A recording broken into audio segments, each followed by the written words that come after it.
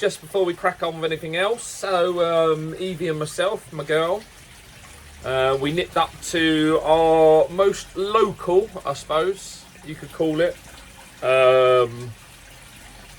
not koi dealer, I would say one of the larger chain suppliers of pond supplies and fish in general. Some of you may recognise it, some of you may not, but yeah, slightly shocked by what we saw, but you check out the video and see what you think. So I'm not going to name any names, but according to the guy that I spoke to in the store, because we raised concerns while we were there, sort of draw their attention to what was going on with it, because clearly it had gone amiss. They kindly informed us that it was spawning.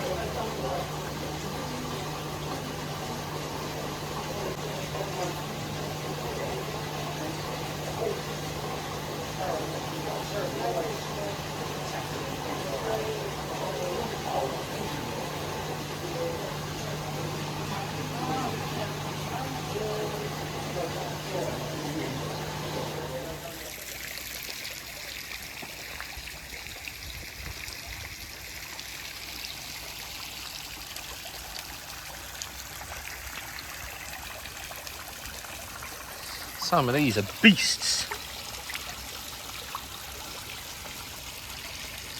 He's probably, what, 70 centimetres? Big old lummox. This is how I wish I built our pond with. Smile. Yeah, in the ground. It just looks so much nicer with the plants, and it's lovely.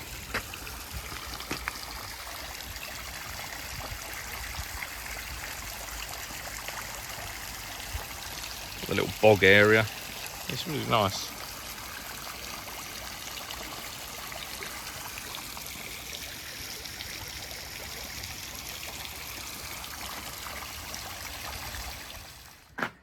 Something a little bit different.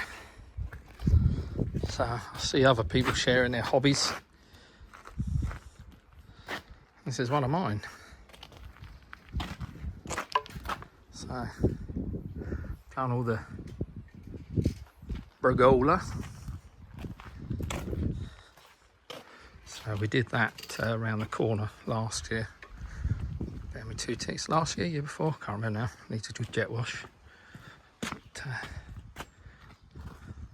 so this area used to be a hot tub. But, it's all going to be slabbed. So concreted down here. And then we're just putting the slabs in. Excuse the gravel voice. It's full of cement. I'll cough up a dense block later on. But yeah, so first 2 courses later. Lovely, jubbly. Afternoon all. Oh, and what a scorcher it is. Video for next week. Bit of an unboxing. Bit of a review. Very nice. But delivery from Aquadab, can't pronounce it. These people, I use them through eBay. Always been very good, actually. If there's any little bits and pieces you need, yeah, take a look. But just some filter foams just arrived. I just want some from a filter in the garage, and then I just want something to sit on top of the backy shower. I keep using filter floss, but A, it's very expensive to keep buying it. Well, say expensive over a long term. But B, it does clog up a bit too quick. So this will give me a bit more of a fighting chance, and then I can just wash it out. So just coarse, medium, fine.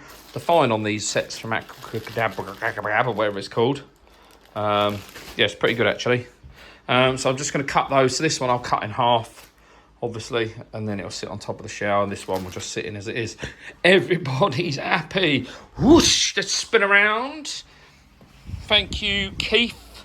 Another pump, another def can, whatever they call them, pressure filter. There you go. Def can, unless you stay on top of them. If you stay on top of them, they're absolutely fine. Keep the water clean. These are being fed. These are growing.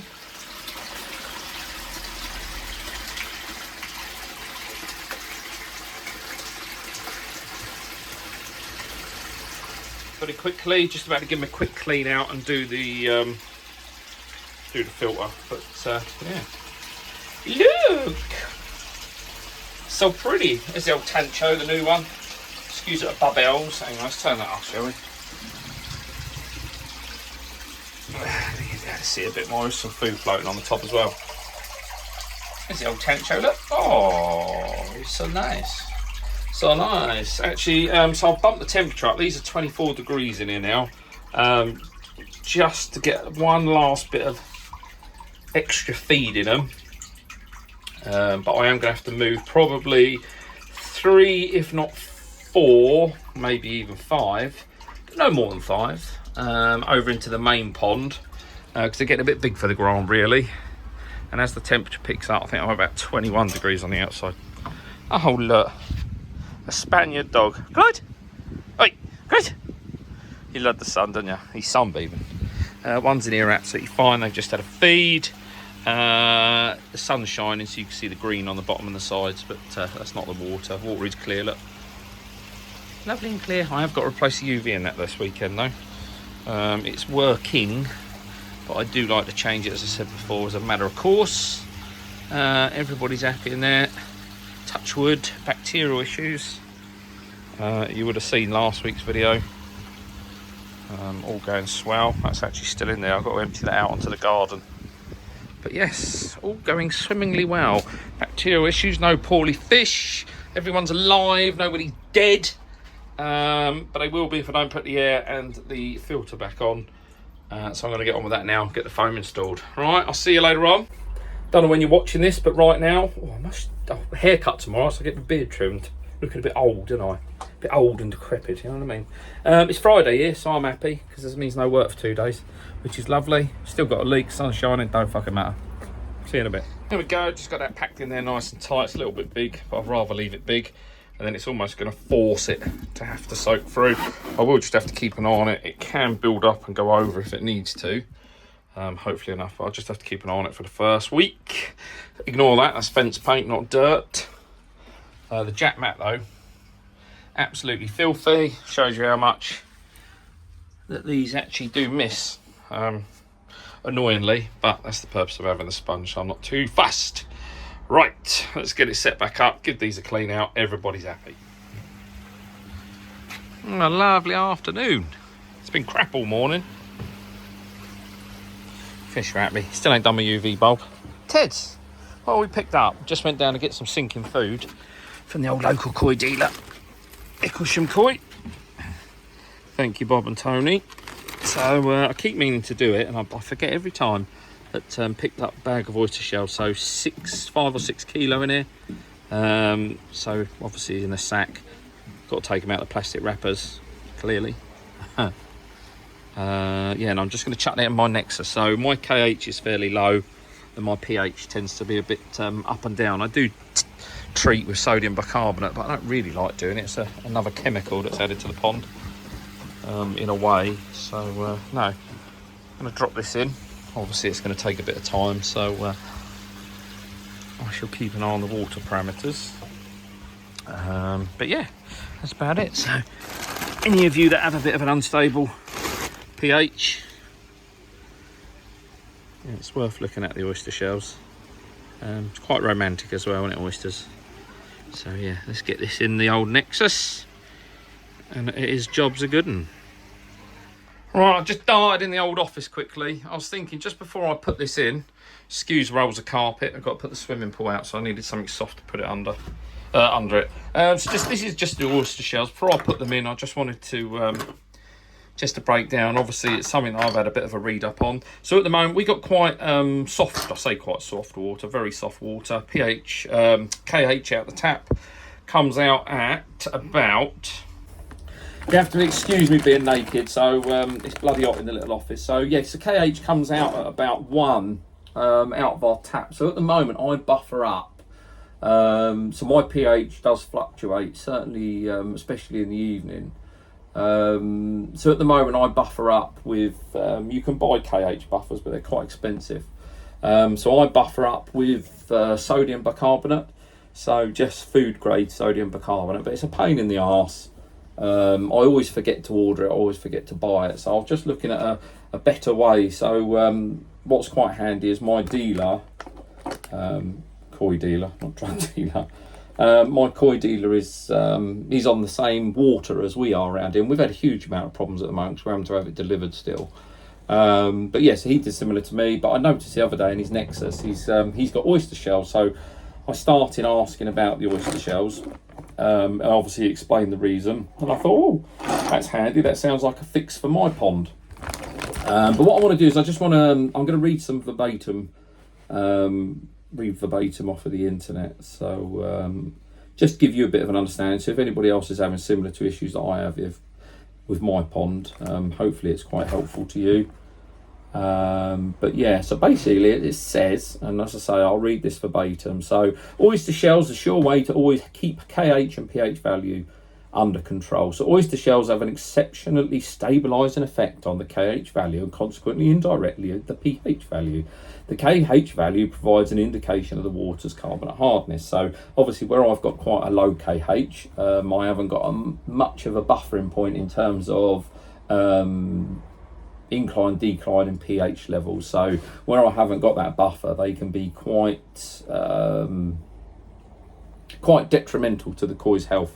And I've certainly noticed it this year, as I've been testing morning, midday, evening, later evening, and I do get quite a fluctuation if I'm not using that sodium bicarbonate. But as I say, the problem with that is with using the sodium bicarbonate, whenever I'm doing water changes, I have to be aware that I've got to test my KH. And I know a lot of people don't bother testing, but if you're in a situation like I am and many others are, where your KH is quite low, you do end up having to test quite frequently, especially if you're buffering up with sodium bicarbonate. So when I do a water change and throughout the week, I have to keep an eye on my KH.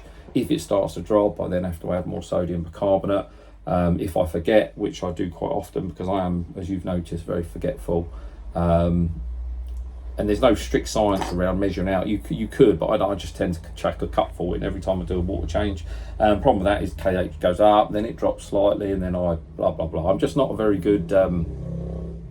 I'm not very good at science. I'm not very good at keeping to a routine, if you like, and that's same anything in my life. If I went to the gym, my eating habits, my sleeping habits, I am just not a man of pattern or habit. I'm a bit of a nightmare, really. But yeah, so if I just read on from here, so it says they're supplied in the net. So yeah, that's basically what I'm going to do. I'm going to take these lovely looking oyster shells, chuck them in. I just got a Cockney koi net there, and I shall drop them into the Nexus. I've got to remove a bit more media actually, as I said in my last video, but I'm literally just going to drop them in the Nexus, do nothing. It's going to take a while for them to not establish, but start to break down when they need to. But yeah, so pond's KH value genuinely is not measured regularly enough, which is what I said a minute ago, especially when it's low, or it does tend to go up and down. And again, see, it says only when there are problems and therefore it's too late. There are interventions by adding remedies such as KH powder or sodium bicarbonate, which is exactly the position I'm in. And then it goes on, so oyster shells are supplied net so they can be easily rinsed, so that's quite a handy thing. Something else you've got to remember, certainly in the bio side of the Nexus, we know from my last videos that it does harbour a little bit of crap, so we just need to make sure that we are keeping them clean. So oyster shells safeguard full KH and pH stabilisation over the long term. The oyster shells only dissolve slowly once the KH drops. This way by buffering the pH. Entirely independently of the quantity of rain, water changes or seasons, the oyster shells automatically keep your KH up to par and the pH stable. Only once the oyster shells are virtually completely dissolved do you need to replenish them with new oyster shells. So this whole bag I think was 20 quid, so I don't know how long it's going to last. Be interesting to see. I suppose it depends how much your pH, your KH drops, or your pH, the variations in it. A rough indication of the quantity required is 1 bag of oyster shells for every 10 meters cubed of water per year. The exact quantity is of course highly dependent on factors such as the ones described above. So yeah, so hopefully that gives someone a bit of background, and if you are struggling with your KH or your pH in your pond, certainly have a look at oyster shells. What's nice is it's going away from chemicals. It's back to nature, isn't it? Although they look pretty manky, I don't like oysters anyway. You'd never catch me eating oysters. But yeah, it's nice to go back to nature, isn't it? And that's what I'm trying to do with my pond, take it back to basics. And yeah, stop using chemicals, because it's easy to chuck stuff in there, and then you chuck another one in to remedy another one, and you just, the problem spiral. So I think we got to go back. Luckily my dealer, Bob, he's quite, not a naturalist, that's the wrong thing to say, because that would mean that he walks around naked, I think, and that's certainly not the case, because I probably wouldn't go to his shop. Bob, keep your clothes on, all right, please, thank you. But yeah, he the last thing he likes to do is put chemicals in the water, and he obviously, part of his job is treating ponds and sick fish and maintenance. But yeah, he's very against chemicals, which is good, because he tends to, if I go for advice or if I've got a problem, he tends to give me the natural way of doing things as a first port of call. But without doubt, I'm absolutely burning up in here. As I say, sorry, I'm topless, Mum. I'm sorry. I know you're going to nag at me. Yeah, sorry, that's all I can say. I'm going to go and put these oyster shells in. There we go. Thumbnail for you. Crazy lunatic. Right, bye.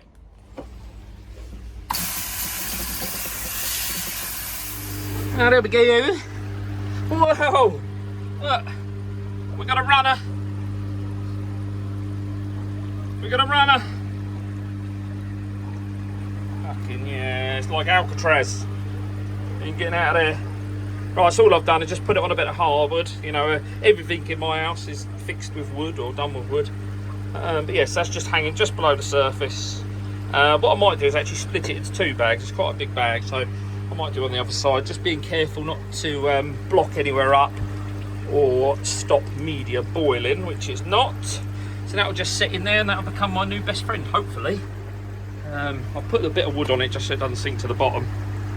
Yeah, obviously it doesn't float, so yeah, cracking on. I will say, so those eagle-eyed viewers, last week we obviously took the tape off of the Nexus, so those of you thinking of doing the same or upgrading to a Trident, it is night and day in terms of water clarity. So I've really noticed, although I've gone back to basics and the water is still clear-ish, I don't know if you'll be able to see the fines in the water. There you go. So the fines in the water has gone through the roof. You know, it's back to how when I first got my Nexus and I had the issues. I mean, you can see, so that's, well, that fish there is probably about 2 meters away, so it's not disastrous. But there's certainly fines in it, which gives it a horrible tinge, more so than it was before. But yeah, as I say, everybody's in there looking reasonably healthy. We've got no poorly ones still, so touch wood. Need to paint these, naughty. But yeah, so let's hope that works. I'll keep you updated. So what I'm not going to do now is I'm going to leave it for a week. I did treat with sodium bicarbonate yesterday, so it should be all right for the week. And then after that, what I'll do is I'll measure it throughout the following week. So I'll be able to give some results in a fortnight's time. Ciao.